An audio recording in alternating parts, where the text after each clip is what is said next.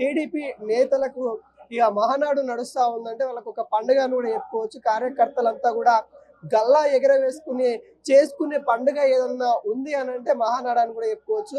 ఈ అంశాల గురించి మాట్లాడడం ప్రస్తుతం ఆంధ్రప్రదేశ్ లో ఉన్న పరిస్థితుల పైన కావచ్చు, టీడీపీ చేస్తున్న అభివృద్ధి పనుల పైన మాట్లాడించే ప్రయత్నం చేద్దాము. మనతోని టీడీపీ మాజీ ఎమ్మెల్యే ప్రసన్న గారు అయితే ఉన్నారు.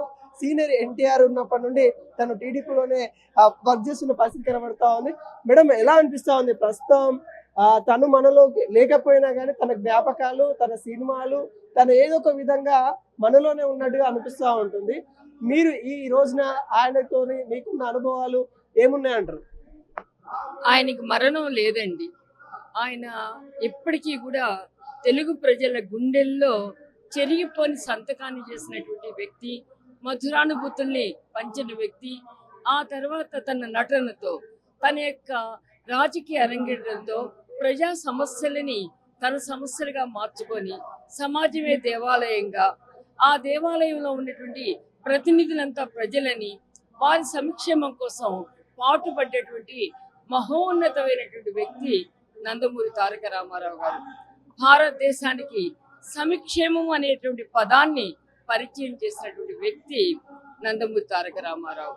తారక రామారావు గారు కేవలం సంక్షేమాన్ని గురించి పరిచయం చేయడమే కాదు, ప్రతి మనిషికి తిండి, పట్ట, గూడు, ఈ మూటిని రాజ్యాంగం ఇవ్వాలి, రాష్ట్రాలు ఇవ్వాలి, దేశం ఇవ్వాలి. ఈ దేశం ఇంకా పేదరికంగా ఉంది. ఈ దేశం వ్యవసాయ దేశం. ఈ దేశంలో ఉన్న ప్రజలని అభివృద్ధి చేయాలని అనుక్షణము తప్పించిన వ్యక్తి. తెలుగు భాష మీద అమితమైనటువంటి అభిమానం ఆయనకి. తెలుగు వల్లగుండా అంటూ తెలుగు భాష, దేశ భాషలందు తెలుగు లెస్స అని చెప్పినటువంటి మహోన్నతమైనటువంటి వ్యక్తి. ఆయన ఎంత గొప్ప వ్యక్తిత్వం అంటే, ఒక మహాభారతంలో అర్జునుడికి, కృష్ణుడికి, అలాగే సుయోధనుడికి ఎంత ప్రాతినిధ్యం ఇచ్చాడో కర్ణుడికి కూడా అంతే ప్రాతినిధ్యం ఇస్తాడు. ఆయన ప్రతి రూపాల్లోంచి కూడా మానవత్వాన్ని పరిశీలించగలిగిన వ్యక్తి. ఆయన తెలుగు రాష్ట్రాలు, తెలుగు ప్రజలు, ఈ దేశ ప్రజలు ఎప్పటికీ మర్చిపోలేరు. అటువంటి మనోహరమైన, మధురమైన, ప్రజలు మెచ్చిన ప్రజా నాయకుడు ఎవరు అంటే నందమూరి తారక రామారావు.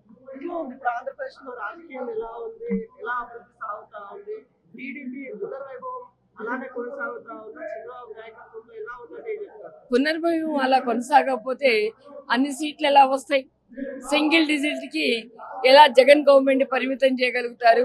నందమూరి తారక రామారావు గారు ఏర్పరిచిన శిల్పాన్ని ఆయన చెక్కాడు. ఆ శిల్పానికి ప్రాణం పోసింది చంద్రబాబు నాయుడు గారు. ఆ ప్రాణం పోసిన శిల్పాన్ని ఈరోజు నడియాడపు చేస్తుంది ఆ లోకేష్ బాబు గారు. తెలుగుదేశం 3 పువ్వులు 6 కాయలుగా ఆంధ్రదేశంలో అభివృద్ధి చెందింది.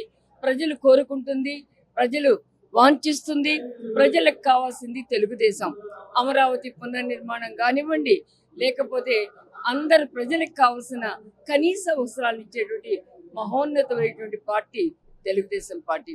వైసీపీ నేతలు ప్రధానంగా ఆరోపిస్తా ఉంటారు, చంద్రబాబు నాయుడు ఏదైతే మామకి ఎన్నుకోటు అనేది ఒక ప్రస్తావన ప్రతిసారి కూడా తీసుకోవాల్సిన పరిస్థితి కనబడుతుంది. దాన్ని ఎలా చూస్తారు? 38 సంవత్సరాలతో ఏం వెన్నుపోటు అండి? అమ్మకు పోసింది వెన్నుపోటు కాదా? చెల్లెలకి పొడిచింది వెన్నుపోటు కాదా? ఇంకా పోతే బాబాయి పొడిచింది వెన్నుపోటు కాదా? అసలు చంద్రబాబు నాయుడు గారికి వెన్నుపోటు అంటే తెలియదు. ఆయన పరిపాలన పగ్గాలు ఒకరి నుంచి ఒకరికి మారినాయి అంతే. వెన్నుపోటుకి మూలం జగన్. మన కళ్ళ ముందు కనిపిస్తుంది కదండి, తల్లి, చెల్లి, బాబాయ్, ఇంకా ఇంకో చిన్న చెల్లెలు కూడా. మరి అలాంటప్పుడు ఈ వెన్నుపోటు అనే పదాన్ని వి నెవర్ దాన్ని మేము పాలన కూడా ఈ 2 ఏళ్ల పాలన కూడా ఆంధ్రప్రదేశ్ కి వెన్నుపోటు పాలన ప్రస్తావిస్తా ఉన్నారు. దాన్ని ఎలా చూస్తారు? వాళ్ళే గొడ్డల పార్టీ అంటాం. వాళ్ళు వినాశనం, విధ్వంసం, ప్రజలకి కావాల్సిన చేయగల శక్తి వాళ్ళకి లేదు. వినాశం, విధ్వంసం చేసే గొడ్డల పార్టీ ఇంకా వెన్నుపోటను, కత్తిపోటను అనక ఏం మాట్లాడిద్దండి? ప్రజలు ఈరోజు సుఖ సంతోషాలతో ఉన్నారు, అభివృద్ధి చెందుతూ ఉంది. ఈరోజు గూగుల్ దగ్గర నుంచి, మైక్రోసాఫ్ట్ దగ్గర నుంచి అనేక సంస్థలు వస్తూ ఉన్నాయి, ఉద్యోగ అవకాశాలు పెరుగుతూ ఉన్నాయి, ఆర్థికంగా అభివృద్ధి చెందుతున్నాం, పారిశ్రామికంగా వేగవంతం అవుతుంది. ఉక్కు ఫ్యాక్టరీ నిలుపుకోగలిగాం, కొత్త ఉక్కు ఫ్యాక్టరీని తీసుకురాగలిగాం. అలాగే అన్ని పట్టణాలను అభివృద్ధి చేసుకున్నాం, పేదరికాన్ని నిర్మూలించుకున్నాం, మహిళా సంక్షేమాన్ని తీసుకుపోతున్నాం. ఇలా యువకులకు కానివ్వండి, రైతులకు కానివ్వండి, మహిళలకు కానివ్వండి ఆదర్శప్రాయంగా ప్రభుత్వాలు నిలుస్తున్నాయి. అలాంటప్పుడు వెన్నుపోటు ఎక్కడ?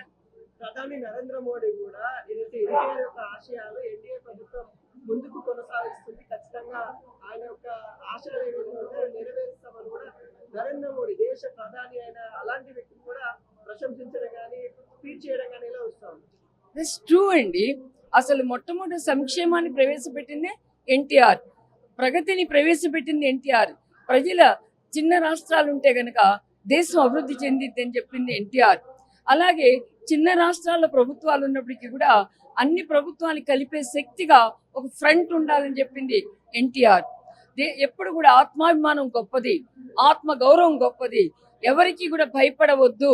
వికసిత్ భారత్ లక్ష్యాన్ని ఏదైతే మోడీ గారు చెప్తున్నారో ఆ వికసిత్ భారత లక్ష్యానికి నాంది పలికినటువంటి వ్యక్తి ఎన్టీఆర్. అందుకని మోడీ గారు చంద్రబాబు గారు కలిస్తే ఇటు తెలుగుదేశ ఆశయాలు బీజేపీ ఆశయాలు ఏకమైతే వికసిత్ భారతే.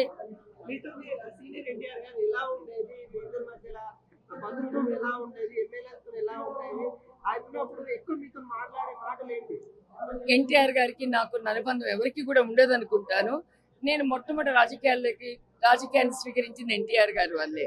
నేను ఆ రోజున ఆల్ ఇండియా సర్వీసెస్కి వెళ్ళబోతూ రాజకీయాల్లోకి వచ్చాను. ఎమ్మెల్యే క్వార్టర్స్ దగ్గర నుంచి అన్నిటికన్నా నేను ధైర్యంగా చెప్తా, హరికృష్ణ గారు బండి నడిపేవారు. ఆ బండిలో కూర్చొని అన్నిటినీ పర్యవేక్షించుకుంటూ ఉండేదాన్ని చిన్నమ్మాయిగా. నేను ఒక మహిళ, ఆ రోజుల్లో మహిళ కూడా కాదు, ఒక యువతిగా ఆయనతో పాటు 9 నెలలు నేను ఆయన యొక్క చైతన్య రథంలో ప్రయాణం కొనసాగించాను. ఆ తర్వాత తెలంగాణలో గెలిచిన ఏకైక మహిళా ఎమ్మెల్యేని కూడా నేనే, అతి చిన్న ఎమ్మెల్యేని కూడా దేశంలో నేనే. కాబట్టి నాకున్న అనుబంధం చాలా ఎక్కువ.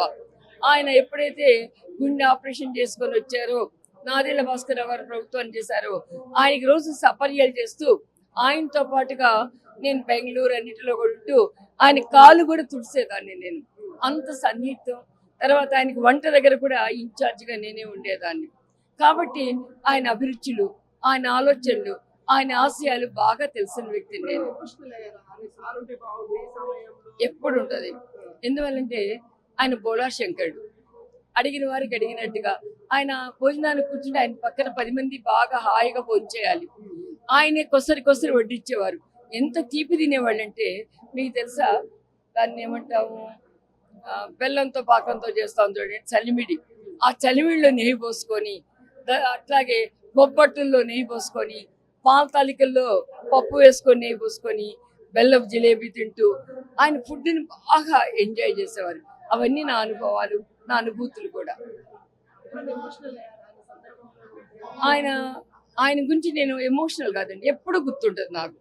ఆయన పాటలన్నా, ఆయన నటనన్నా, ఆయన నవ్వన్నా, శ్రీకృష్ణుడిగా ఆయన ప్రదర్శించే ఆభావాలు ఎప్పుడు నాతోనే ఉంటాయి. I love him, I adore him. పెడుతున్నారు, అది కాంగ్రెస్ వాళ్ళు పెడుతున్నారండి. మేమందరం మా సాలిడారిటీ ఉంటుంది, కానీ అది మా వేదిక కాదు. ఆయన విగ్రహం లేని ఊరుందంటారా? ఆయన అందరి గుండెల్లో తెలంగాణకి స్వాతంత్రం తెచ్చిన వ్యక్తి, తెలంగాణలో పటేల్ పట్వారీ వ్యవస్థ రద్దు చేసిన వ్యక్తి, తెలంగాణను అభివృద్ధి చేసిన వ్యక్తి, బీసీలకు పట్టం కట్టిన వ్యక్తి, స్వానుభవానికి, ఆత్మగౌరవానికి పునాది వేసిన వ్యక్తి, తెలంగాణలో అనుక్షణం గుర్తుండే వ్యక్తి Nandamuri Taraka Ramarao. Is the man of principle, is the man of commitment, is the man of everything.